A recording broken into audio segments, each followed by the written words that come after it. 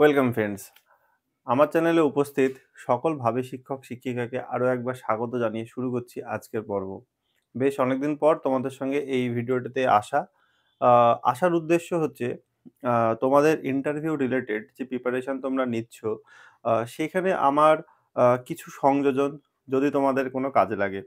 তবে এটুকু আশা রাখছি, যে ধরনের প্রশ্নগুলো তোমাদের সঙ্গে আমি এই ভিডিওতে আলোচনা করছি, প্রত্যেকটা প্রশ্নই তোমাদেরকে কিন্তু একবার হলেও ভাবাবে বা এক্সপার্টরা অনেক সময় করে বসছেন, এমন টাইপের কিছু প্রশ্ন আমি তোমাদের সঙ্গে আলোচনা করার চেষ্টা করছি।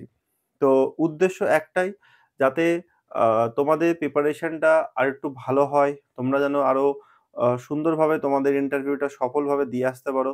সেই উদ্দেশ্য রেখেই আজকের এই ভিডিও। তো আমরা যে প্রশ্নগুলো আমি আলোচনা করব, হয়তো কিছু প্রশ্নের হয়তো তোমাদের অবশ্যই জানা আছে বা অনেকের অনেক কিছু জানা থাকতেও পারে। তবুও আমি ধরে না নিয়েই, মানে আমি ধরে নিচ্ছি যে অনেকেই জানো না।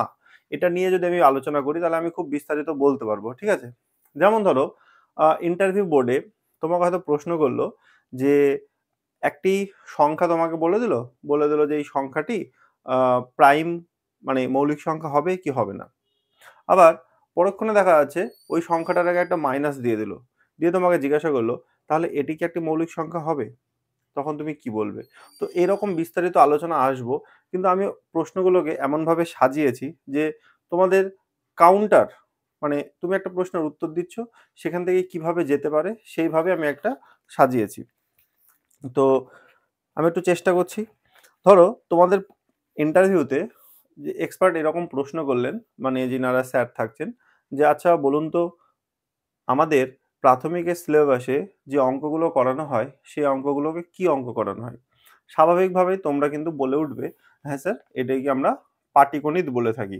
অর্থাৎ আমরা সবাই জানি যে আমরা প্রথম শ্রেণী বা প্রাক প্রাথমিক থেকে ক্লাস 5 পর্যন্ত যে অঙ্কগুলো আমরা করি সবগুলোই কিন্তু পাটিগণিতের অঙ্ক, এবং 6 থেকে শুরু হচ্ছে আমাদের প্রথম বীজগণিতের অঙ্ক। অর্থাৎ পাটিগণিতের অঙ্ক শুরু হচ্ছে আমাদের এই প্রাইমারি লেভেলটাতে। তো স্বাভাবিকভাবে তুমি সেই উত্তরটাই দেবে। নেক্সট তোমাকে কাউন্টার প্রশ্ন করতে পারে যে তাহলে আপনি বলুন তো, যে পাটিগণিতের যে মৌলিক উপপাদ্যটি আছে সেটি কি? তো আমার মনে হয় এইরকম প্রশ্ন হয়তো তোমরা কোথাও আলোচনা আহ, হয়তো পাওনি, বা না পাওয়াটার সম্ভাবনা কিন্তু বেশি। তো সেই জন্য আমি এই ধরনের হয়তো প্রশ্ন রেখেছি। অনেকে হয়তো ভাবতে পারে যে এত ডেপথে গিয়ে কি প্রশ্ন হবে, কিন্তু দেখো, কি করবে কি করবে না আমরা কেউ কিন্তু আগে থেকে বলতে পারি না। তো এটা কিন্তু খুব একটা জটিল প্রশ্ন তা না, ভাবতে গেলে খুব সহজ প্রশ্ন। আবার অনেকে ভাবতে পারে যে না, এত কঠিন প্রশ্ন কি করবে। তো সেই জন্য আমি বলে রাখছি, কোনো মানে খারাপ সেন্সে নেবে না। আশা করছি তোমাদের ভালোই হবে। তো যদি তোমাকে এরকম বলে যে তাহলে পাটিগণিতের মৌলিক উপপাদ্যটা কি? তো পাটিগণিতের মৌলিক উপপাদ্য হচ্ছে যে আমরা পাটিগণিতের যে সংখ্যাগুলো আমরা আলোচনা করি, অর্থাৎ দেখো আমরা প্রাইমারি লেভেলে 0 কে বাদ রেখে আমরা যদি 1 থেকে স্টার্ট করি, 1 2 3 4 5 6 করে এগোতে থাকি। তো পাটিগণিতের মৌলিক উপপাদ্যতে বলছে যে যেকোনো সংখ্যাকে আমরা যেকোনো সংখ্যাকে আমরা কিন্তু বিশেষ করে আমরা যেকোনো যৌগিক সংখ্যাকে আমরা কিন্তু মৌলিক সংখ্যার, ঠিক আছে? মৌলিক সংখ্যার গুণফল আকারে কিন্তু প্রকাশ করতে পারবো। অর্থাৎ তোমাকে যদি একটা যৌগিক সংখ্যা দিয়ে দেওয়া হয়, যৌগিক সংখ্যা তুমি যেকোনো একটা যৌগিক সংখ্যা তুমি যদি নিয়ে নাও, দেখা যাচ্ছে তুমি 9 নিয়ে নিচ্ছ। ঠিক আছে? 9 একটা যৌগিক সংখ্যা। দেখো 9 কে তুমি যদি লেখো তাহলে কি লিখবে? 3 ইনটু 3। আবার আমাদের প্রথম যে যৌগিক সংখ্যা 4, সেটা দেখো 2 ইনটু 2। আবার দেখো আমাদের 6 কে আমরা লিখতে পারবো 2 ইনটু 3। অর্থাৎ পাটিগণিতের মৌলিক উপপাদ্য বলছে যে কোনো কম্পোজিট নাম্বার বা যে কোনো যৌগিক সংখ্যাকে আমরা অবশ্যই মৌলিক সংখ্যার গুণফল আকারে কিন্তু প্রকাশ করতে পারবো। এবং শুধু এইটুকুই বলছে না, এবং বলতে চাইছে এই যে প্রকাশ, এই যে প্রকাশটা হবে মৌলিক সংখ্যার গুণফল আকারে, এই প্রকাশটা হবে একটা ইউনিক, মানে এর বাইরে তুমি কিন্তু আর কিছু প্রকাশভঙ্গি থাকছে না। তো এই প্রকাশটা কিন্তু হবে তোমার, কি বলছে, ইউনিক। হ্যাঁ, তোমার একটা প্রবলেম থাকতে পারে। সে প্রবলেমটা কি? তুমি কিন্তু অর্ডারটা চেঞ্জ করতে পারো। প্রকাশ ইউনিক থাকছে, কিন্তু অর্ডারটা চেঞ্জ করতে পারো। অর্ডার মানে দেখো 4 এবং 9 এ তো কোনো প্রবলেম হচ্ছে না। কিন্তু 6 এর ক্ষেত্রে কিন্তু আমরা কি করতে পারবো? 3 into 2 এটাও কিন্তু করতে পারবো। তো আমাদের উম পাটিগণিতের মৌলিক উপপাদ্য এটাই আমাদের বোঝাচ্ছে যে আমাদের যেকোনো কম্পোজিট নাম্বার বা যৌগিক সংখ্যাকে আমরা মৌলিক সংখ্যার গুণফল আকারে প্রকাশ করতে পারবো এবং সেই প্রকাশভঙ্গি কিন্তু মৌলিক হবে। মানে মানে ইউনিক হবে। ঠিক আছে? একক স্টাইল হবে। হ্যাঁ, তুমি শুধুমাত্র অর্ডারটা বা ক্রমটা কিন্তু তুমি কিন্তু পরিবর্তন করতে পারবে। তার মানে আমরা এখান থেকে একটা কথা বারবার বলতে পারি যে কম্পোজিট নাম্বার, যেকোনো কম্পোজিট নাম্বার বা যেকোনো যৌগিক সংখ্যা equal to product of all prime numbers. তার মানে আমরা বলতে পারি যে যেকোনো যৌগিক সংখ্যা মানেই হচ্ছে মৌলিক সংখ্যার গুণফল। ঠিক আছে? তো এই বিষয়টা কিন্তু বলা যেতে পারে। এইবারে আমাদের যখন এরকম তুমি উত্তরটা দেবে যে স্যার যেকোনো যৌগিক সংখ্যাকে আমরা মৌলিক সংখ্যার গুণফল আকারে প্রকাশ করতে পারবো, এবং এই প্রকাশভঙ্গি অবশ্যই একটা ইউনিক ইউনিক প্রকাশভঙ্গি হবে যেখানে অর্ডারটা বিবেচ্য নয়। তো তুমি যখনই এই উত্তরটা দেবে তখন দেখো তোমার কথার মধ্যে কি চলে আসলো? একটা মৌলিক সংখ্যা চলে আসলো। তখন তোমাকে প্রশ্ন করবে, তাহলে আপনি বলুন যে মৌলিক সংখ্যা কাকে বলে? প্রবলেমটা হচ্ছে কি, আমাদের কোথাও একটা মানে মানে কি বলবো? একটা ধারণাগত একটা ভুল তৈরি হচ্ছে যে মৌলিক সংখ্যা যখন আমাদের প্রশ্নটা করেই বসলো, তখন কিন্তু আমরা কিন্তু মৌলিক সংখ্যার সংজ্ঞা এইভাবে দিয়ে দিচ্ছি যে, স্যার যে সকল সংখ্যার কেবলমাত্র ২ টি উৎপাদক থাকে, সেই সংখ্যাটি নিজে এবং ১ সেই সমস্ত সংখ্যাকে কিন্তু আমরা বলে থাকছি মৌলিক সংখ্যা। কিন্তু একটা জিনিস আমরা কখনো ভেবে দেখছি না যে এই মৌলিক সংখ্যাগুলো কাদের মধ্যে থেকে আমরা নির্বাচন করছি। ঠিক আছে? তো মৌলিক সংখ্যাগুলো ফার্স্ট আমরা যাদের মধ্যে থেকে নির্বাচন করব, সেটা কিন্তু অবশ্যই আমাদের একটা ন্যাচারাল নাম্বারও বলতে পারি। আবার আমরা তাদেরকে পজিটিভ ইন্টিজারও বলতে পারি। অর্থাৎ হচ্ছে আমরা সবাই জানি যে ন্যাচারাল নাম্বার বা স্বাভাবিক সংখ্যা, ঠিক আছে? ন্যাচারাল নাম্বার বা স্বাভাবিক সংখ্যা, আর আমাদের যদি ইন্টিজারে আসি, এই ইন্টিজারের মধ্যে যদি আমরা অবশ্যই পজিটিভ ইন্টিজার গুলোকে নিই, এই দুটো বিষয় কিন্তু একই। অর্থাৎ যেটা আমাদের স্বাভাবিক সংখ্যা সেটাই হচ্ছে আমাদের পজিটিভ ইন্টিজার। তো দুটো একই জিনিস এবং এদের দলে থাকে কারা? না, তো 1 থেকে শুরু হয়। 1, 2, 3, 4, 5, 6, 7, 8, তো জাস্ট এইভাবে ডট, ডট করে একদম ইনফিনিটি অব্দি কন্টিনিউ থাকে।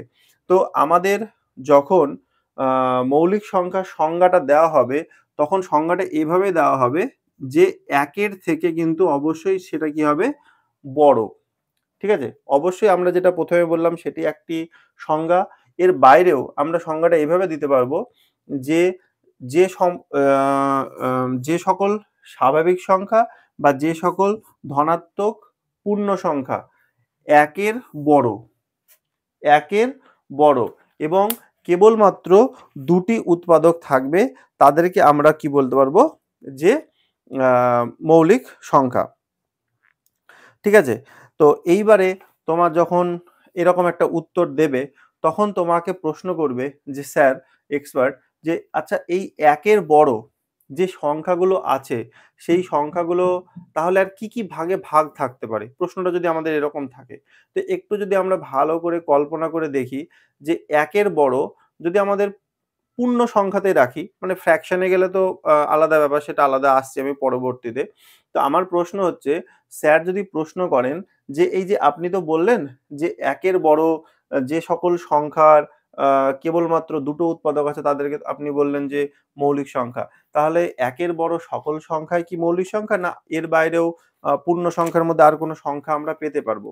তখন তুমি বলবে যে, "হ্যাঁ স্যার, ১ এর বড় যে সংখ্যাগুলো আছে তাদের মধ্যে যেমন মৌলিক সংখ্যা পাবো, মৌলিক সংখ্যা বাদ দিলেও এর বাইরে আমরা কিন্তু যে সংখ্যাগুলো পাবো তারা হচ্ছে শুধু যৌগিক সংখ্যা।" অর্থাৎ আমরা এটুকু একদম সিউরলি বলবো যে ১ এর বড় যে সংখ্যাগুলো আমরা পাটিগণিতে নিয়ে কাজ করছি, তাদের কেবলমাত্র দুটোই ভাগ থাকলো। একটা মৌলিক আরেকটা হচ্ছে যৌগিক। অর্থাৎ ১, ১ না মৌলিক না যৌগিক।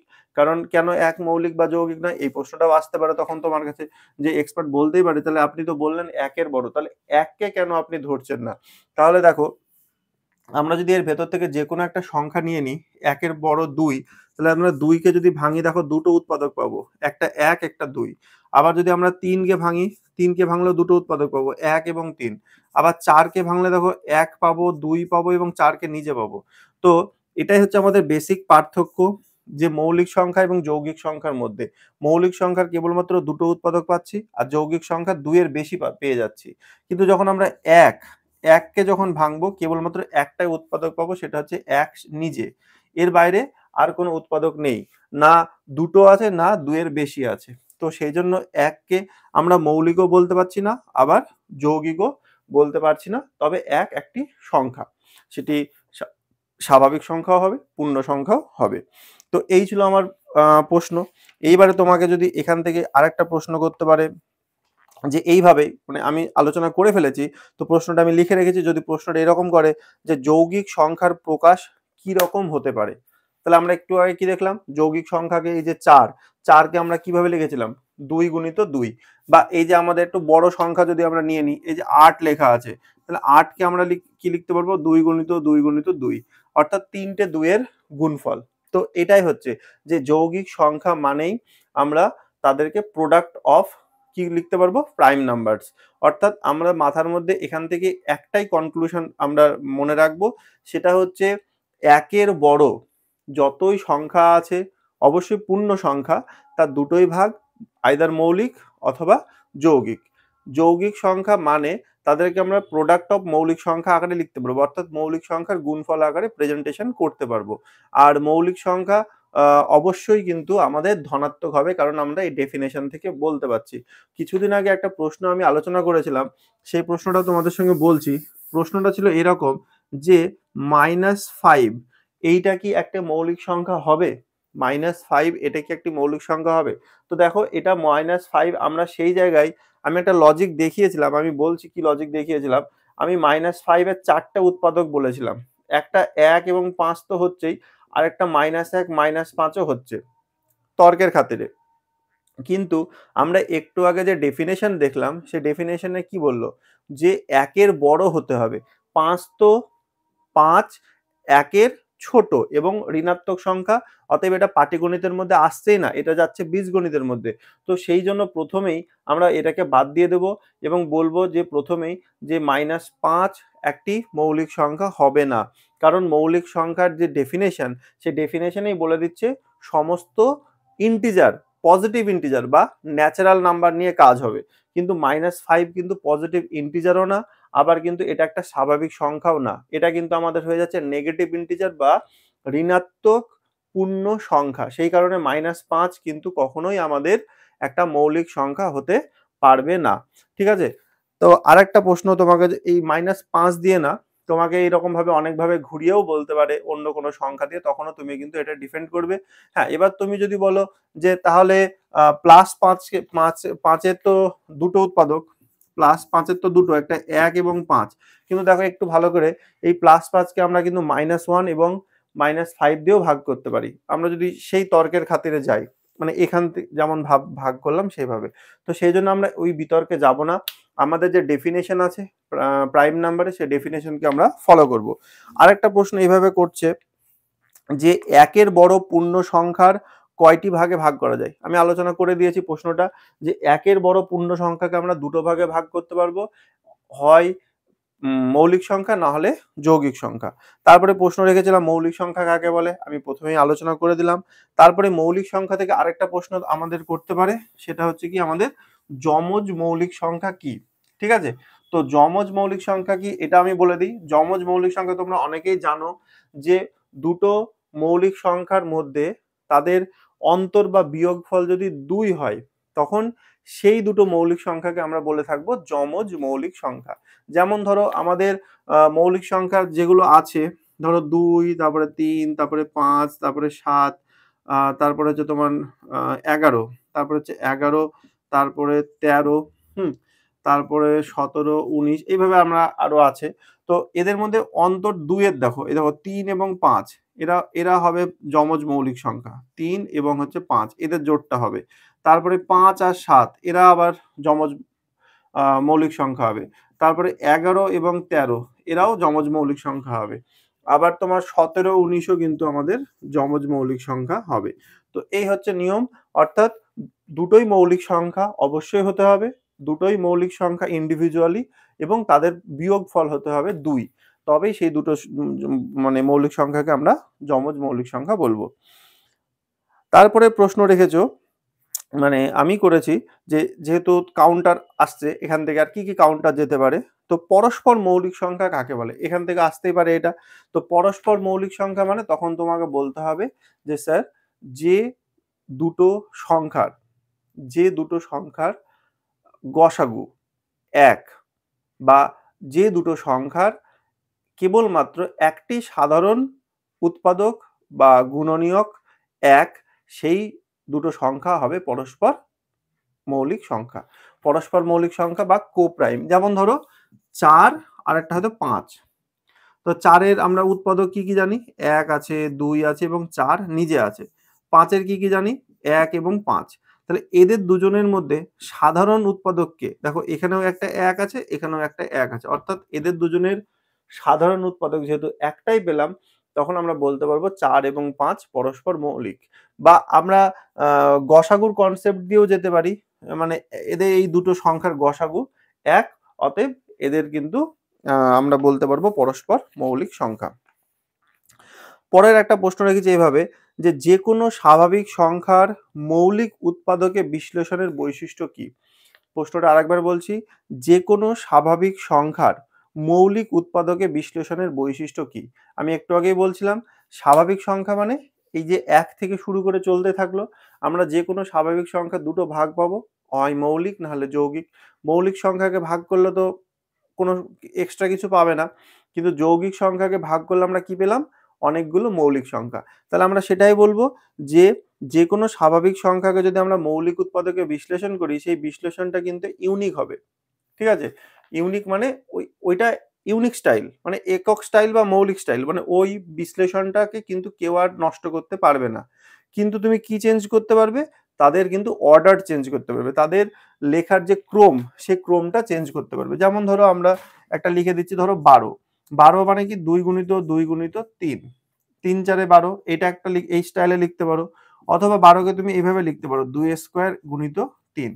কি বললাম বুঝতে পেরেছো? তাহলে লেখার ভঙ্গিমাটা শুধু আলাদা, মানে অর্ডারটা তুমি আলাদা করছো, কিন্তু এই লেখার যে স্টাইল অর্থাৎ ইউনিক স্টাইল হবে, অর্থাৎ মৌলিক প্রোডাক্টই তোমাকে লিখতে হবে।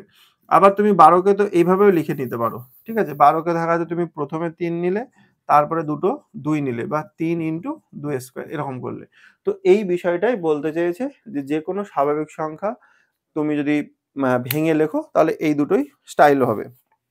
নেক্সট প্রশ্ন তোমাকে যদি করে যে এই যে আপনি মৌলিক উৎপাদকে বিশ্লেষণ করছেন, তো এর কি কোনো ব্যবহার আছে?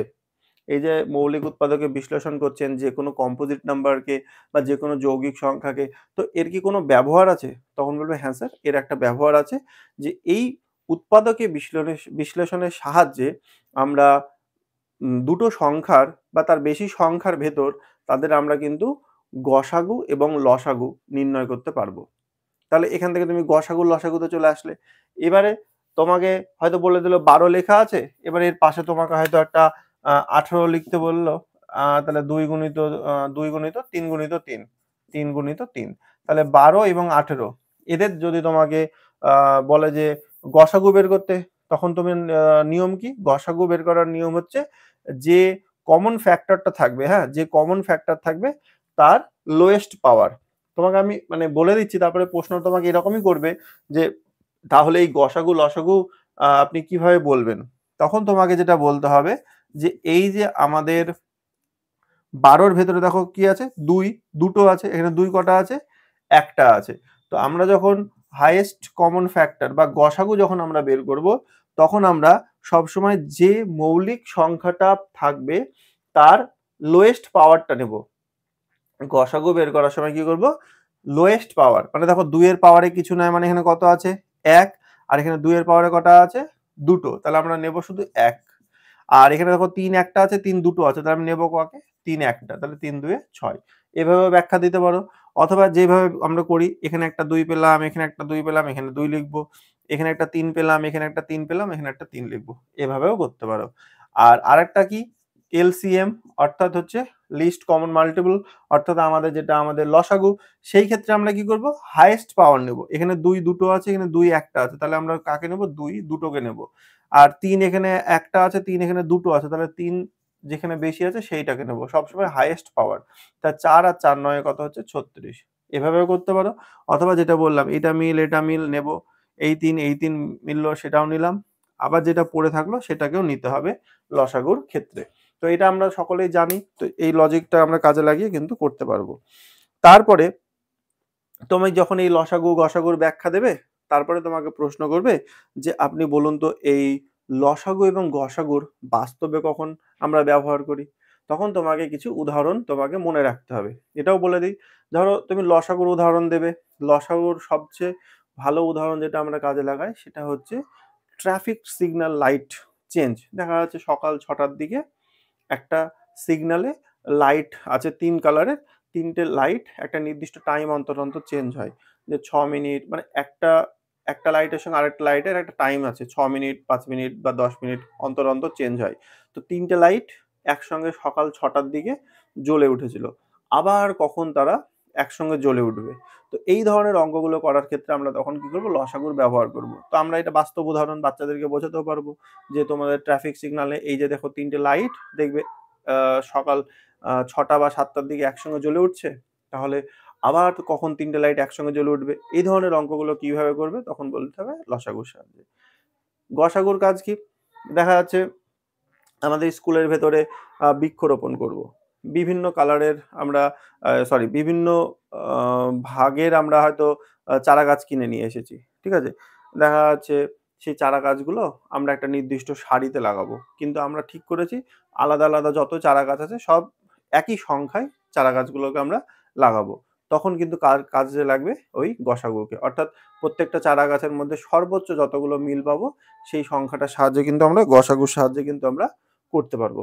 আবার দেখা যাচ্ছে ধরো স্কুলে কোনো একটা অনুষ্ঠান হচ্ছে, চকলেট বিতরণ করবে, তখনও কিন্তু তুমি গসাগুর কনসেপ্ট ব্যবহার করতে পারবে। বা দেখা যাচ্ছে তোমার ৩টে পাত্র আছে, ৩টে পাত্রে ৩ রকম আ জল আছে। ঠিক আছে? দেখা যাচ্ছে একটা হচ্ছে ১৮ লিটারের বালতি আছে, একটা হয়তো তোমার ১২ লিটারের বালতি আছে। দুটো বালতি থেকে তুমি তোমাকে জিজ্ঞাসা করলো, আপনি সর্বোচ্চ কত মাপের আরকি আ বালতি বা কোনো একটা পরিমাপের কৌটো দিয়ে তো আপনি যদি তোলেন, তাহলে দুটো জায়গার জলটা সমান, সমান ভাবে আপনি শেষ করতে পারবেন। তো সেই ক্ষেত্রেও কিন্তু তোমার গসাগুই লাগবে। অর্থাৎ দেখা যায় ১২ এবং ১৮ দুটো বালতি ছিল। দেখো সর্বোচ্চ ৬ লিটারের যদি আমরা কোনো পাত্র ব্যবহার করি, সেইটা দিয়ে দেখো একে ২ বার তুলবো, একে ৩ বার তুলবো, আমার শেষ হয়ে যাবে। একই কনসেপ্ট, আমার কাছে ১২ টা কমলালেবু আছে, ১৮ টা আপেল আছে। তাহলে ১২ টা কমলালেবু, ১৮ টা আপেল আমি সমানভাবে কতজনের মধ্যে ভাগ করতে পারবো? সেখানেও উত্তর আসবে কত? ৬। কারণ ৬ জনের মধ্যে আমি যদি ১২ টা আপেল দিয়ে দিই তাহলে ২ টো করে পাবে। আর কমলালেবু হয়তো ৩ টে করে পাবে। তো জাস্ট একই কনসেপ্ট। তো এইভাবে কিন্তু বাস্তব উদাহরণ অবশ্যই কিন্তু আমরা মনে রাখবো। আচ্ছা, নেক্সট আরেকটা প্রশ্ন আমাদের এখান থেকে করব। সেটা হচ্ছে প্রশ্নটা এরকম যে দেখা যাচ্ছে প্রশ্ন করল যে সবচেয়ে ছোট, যেহেতু মৌলিক যৌগিক নিয়ে আমরা আলোচনা করছি, সবচেয়ে ছোট মৌলিক সংখ্যা এবং সবচেয়ে ছোট যৌগিক সংখ্যার গসাগু এবং লসাগু বের করো। তাড়াহুড়োতে আমরা ভুলে যাব যে কোনটা ছোট মৌলিক, কোনটা বড় মৌলিক, যৌগিক, ছোট যৌগিক। তো সবচেয়ে সহজ অঙ্ক এবং সবচেয়ে সহজ প্রশ্ন। মৌলিক সংখ্যার সবচেয়ে ছোট মৌলিক সংখ্যা হচ্ছে আমাদের ২, আর সবচেয়ে ছোট যৌগিক সংখ্যা হচ্ছে আমাদের কত? ৪। তাহলে তাদের দুজনের গসাগু আমরা বুঝতে পারছি। আর এটা আমি বোর্ডে করছি না। কত হবে? ২ আর লসাগু কত হবে আমাদের? ৪। ঠিক আছে? তো এই ছিল মোটামুটি মৌলিক এবং যৌগিক সংখ্যার উপরে আমার আলোচনা। ঠিক আছে? এইবারে আরেকটা প্রশ্ন আমি আ খুব আ মনে জাগলো যে তোমাদের সঙ্গে অবশ্যই আমি এটা বলে রাখি। কারণ তোমাদেরকে যেহেতু অনেকেই ভগ্নাংশের উপর আমরা ডেমো দেওয়ার পরিকল্পনা রাখি, বা গত বছরের একটা বলে না ব্লকমাস্টার হিট না ব্লকবাস্টার হিট-টিট করে সিনেমা, ঐরকম একটা খুব হিট ডেমো হয়েছিল গত বছরে, সেটা হচ্ছে আমাদের এই ভগ্নাংশ। তো ভগ্নাংশ থেকে স্যাররা স্বাভাবিকভাবে একটা প্রস্তুতি নিয়েই রাখবে প্রশ্ন করার জন্য। তো আমার প্রশ্নটা যে what is the difference between fraction and a rational number? অর্থাৎ আমাদের প্রশ্নটা যদি এরকম দিয়ে দেয় যে একটা ভগ্নাংশ এবং একটা মূলদ সংখ্যার মধ্যে পার্থক্য কোথায়? সেই উত্তরটা যেন আমরা দিয়ে আসতে পারি। তো সেটাই আমি একটু আলোচনা করার চেষ্টা করব। ঠিক আছে? তো আমাদের যেটা আমাদের ফ্র্যাকশন, ঠিক আছে, যেটা আমাদের ফ্র্যাকশন বা যেটাকে আমরা বাংলায় বলে থাকছি কি, না তো বাংলায় বলে থাকছি আমরা ভগ্নাংশ। একটু ভালো করে বোঝার চেষ্টা করবে, আশা করছি আমি ক্লিয়ার করতে পারবো। আর একটা হচ্ছে আমাদের রেশনাল নাম্বার, ঠিক আছে, রেশনাল নাম্বার বা যাকে আমরা বলে থাকি কি আমাদের মূলদ সংখ্যা, ঠিক আছে। এই দুটোর মধ্যে আমরা পার্থক্য করব। তো প্রথম কথা, ভগ্নাংশকেই আমরা যদি এইভাবে লিখি, আচ্ছা পি কিউ দিয়ে আমরা সবচেয়ে বেশি ব্যবহার করি, তাহলে আমরা এইভাবে লিখে থাকি, পি বাই কিউ আকারে লিখে থাকি। রেশনাল নাম্বারকেও কিন্তু আমরা পি বাই কিউ আকারে লিখে থাকি। ভগ্নাংশের ক্ষেত্রেও condition Q not equal to zero, rational নাম্বারের ক্ষেত্রেও condition Q not equal to zero. প্রশ্ন হচ্ছে তাহলে ভগ্নাংশ এবং রেশনাল নাম্বারের মধ্যে পার্থক্যটা কোথায়? পার্থক্য এটাই যে এই যে পি এবং কিউ আমরা নিচ্ছি, এই যে পি এবং কিউ, এরা কিন্তু সবাই কিন্তু কার মধ্যে থাকবে, না তো হোল নাম্বার বা যেটাকে আমরা বলে থাকি অখণ্ড সংখ্যা। কি বলা হচ্ছে বলতো, এদেরকে আমরা বলে থাকবো বাংলায় অখণ্ড সংখ্যা। অর্থাৎ এইটাই হচ্ছে আমাদের মূল পার্থক্য। এইখানে যে পি এবং কিউ নেব, এই পি এবং কিউটা কিন্তু কি হবে, পরস্পর অখণ্ড সংখ্যা হবে। আর মানে অখণ্ড সংখ্যার দল থেকে নিতে হবে। আর এইখানে যে পি এবং কিউ নেওয়া হবে, এই পি এবং কিউ নেওয়া হবে সমস্ত পূর্ণ সংখ্যার দল থেকে। এরা হচ্ছে সবাই কি বলতো, পূর্ণ সংখ্যা, পূর্ণ সংখ্যা। এই বিষয়টা কিন্তু মাথার মধ্যে রাখবে। আশা করছি তাহলে আর কোনো প্রবলেম তোমাদের হবে না। যে ভগ্নাংশ যখন আমরা তৈরি করি, ভগ্নাংশকে এই যে আমরা যদি পি বাই কিউ আকারে লিখে, আমরা তো ভগ্নাংশ বলি, ভগ্নাংশের আমরা দুটো ভাগ করি, প্রকৃত ভগ্নাংশ, অপ্রকৃত ভগ্নাংশ বা মিশ্র ভগ্নাংশ, ঠিক আছে। তো আমরা প্রকৃত ভগ্নাংশ তাকেই বলি যখন তার লব ছোট হর বড়, আর অপ্রকৃত ভগ্নাংশ মানে লব বড় হর ছোট। এই বিষয়গুলো আমরা আসি। তো এই যে ওপরে লব নিচে হর, এই প্রশ্ন আমাদের মাথার মধ্যে এইটুকু রাখবে যে এই যে ওপরে লব এবং হর, এই যে দুটো সংখ্যা আমরা নেব, তো এই সংখ্যা দুটো কিন্তু আমাদের কি সংখ্যা হবে, অখণ্ড সংখ্যা। অখণ্ড সংখ্যা মানে শুরু হচ্ছে কোথায় থেকে বলো তো, জিরো থেকে। 0 1 2 3 4 5 6 করে একদম ইনফিনিটি পর্যন্ত, মানে এইগুলো হচ্ছে আমাদের নেওয়া হচ্ছে এই ভগ্নাংশের ক্ষেত্রে। আর রেশনাল নাম্বার বা মূলদ সংখ্যার ক্ষেত্রে যে আমরা এই ফ্র্যাকশনটা নেওয়া হচ্ছে, এখানে যে পি এবং কিউ, অবশ্যই এরা পরস্পর মৌলিক, এটাও বলা হয়নি আমার, পরস্পর মৌলিক এরা। আর এই পি এবং কিউ এরা কিন্তু হচ্ছে ইন্টিজার বা পূর্ণ সংখ্যা। তো ইন্টিজারের মধ্যে কি হতে পারে, নেগেটিভ থাকতে পারে, পজিটিভ থাকতে পারে, জিরো থাকতে পারে। অর্থাৎ 1 2 3 4 প্লাস যেমন আছে সেরকম -1 -2 -3 -4 ডট ডট ডট এক্সেট্রা চললো, এবং জিরো উইথ জিরোকে নিয়ে। তো ইন্টিজারের মধ্যে আমরা দুটো ভাগ আমরা জানি, একটা পজিটিভ ইন্টিজার, নেগেটিভ ইন্টিজার, মানে ধনাত্মক পূর্ণ সংখ্যা, ঋণাত্মক পূর্ণ সংখ্যা। আর যদি জিরো, জিরো অবশ্যই পূর্ণ সংখ্যা, কিন্তু কন্ডিশন একটাই, না ধনাত্মক না ঋণাত্মক।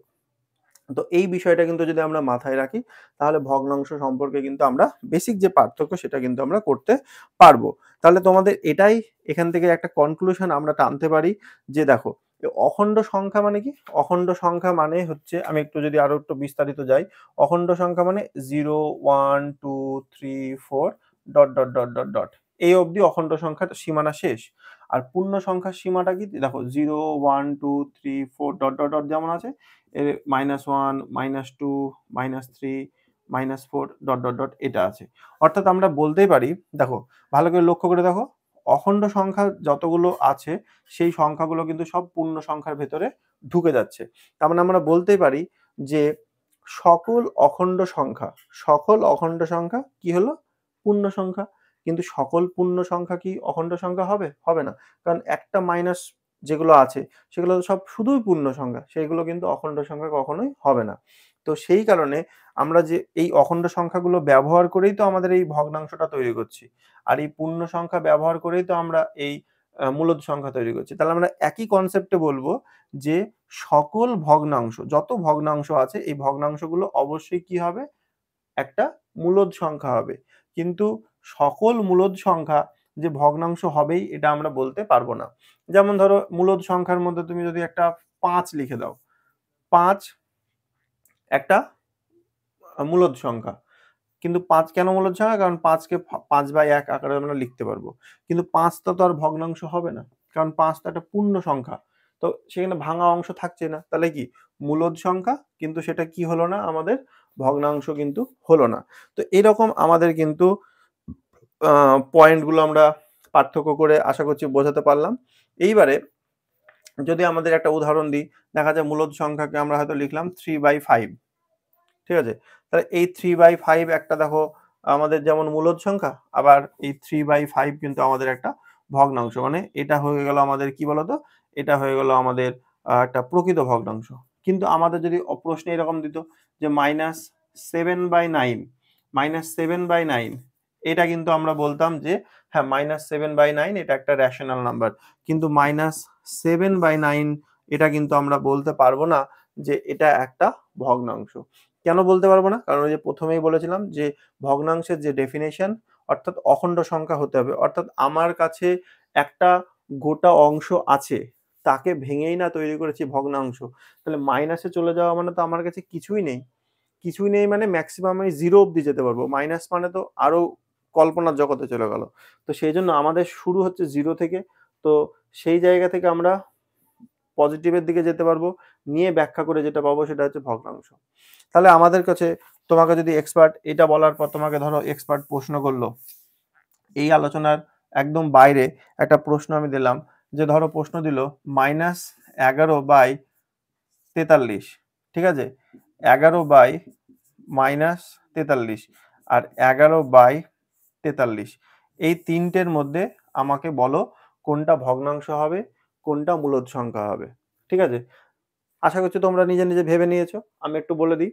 দেখো, -11/13, এখানে মাইনাস আছে, -11 লবে আছে।